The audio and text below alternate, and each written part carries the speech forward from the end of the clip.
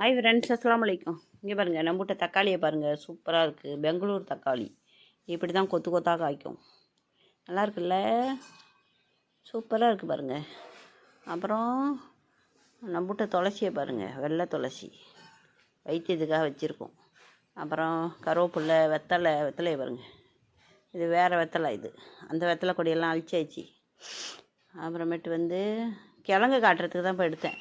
கிழங்க பாருங்கள், ஆட்டுவள்ளி கிழங்கு கொத்து கொத்தாக காய்ச்சிருக்கு. அங்கே பாருங்கள், ஆட்டுவள்ளி கிழங்கு எவ்வளோ நீட்டாக தொங்குது. இது உண்டையாக காய்ச்சா தான் இன்னும் நல்லா சதப்பத்தோட நல்லாயிருக்கும். இது நீட்டாக இருக்கிறதால கொஞ்சம் சதம் இருக்காது. இதில் கிழங்கு இந்த தொங்குது பாருங்கள், நிறையா பெருசு பெருசாக அதான் நீட்டாக தொங்குது. இது உண்டையாக தொங்குறது தான் நல்லது. கிழங்கு இருக்கும் நிறையா.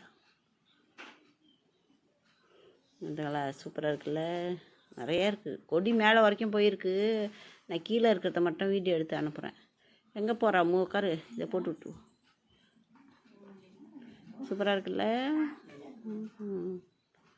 அவ்வளோதான் ஃப்ரெண்ட்ஸ், பாருங்கள், லைக் பண்ணுங்கள், ஷேர் பண்ணுங்கள், கமெண்ட் அடிங்க. சூப்பராக இருக்கு. நல்லா நிறையா பெருசாக இருக்குது கிழங்கு.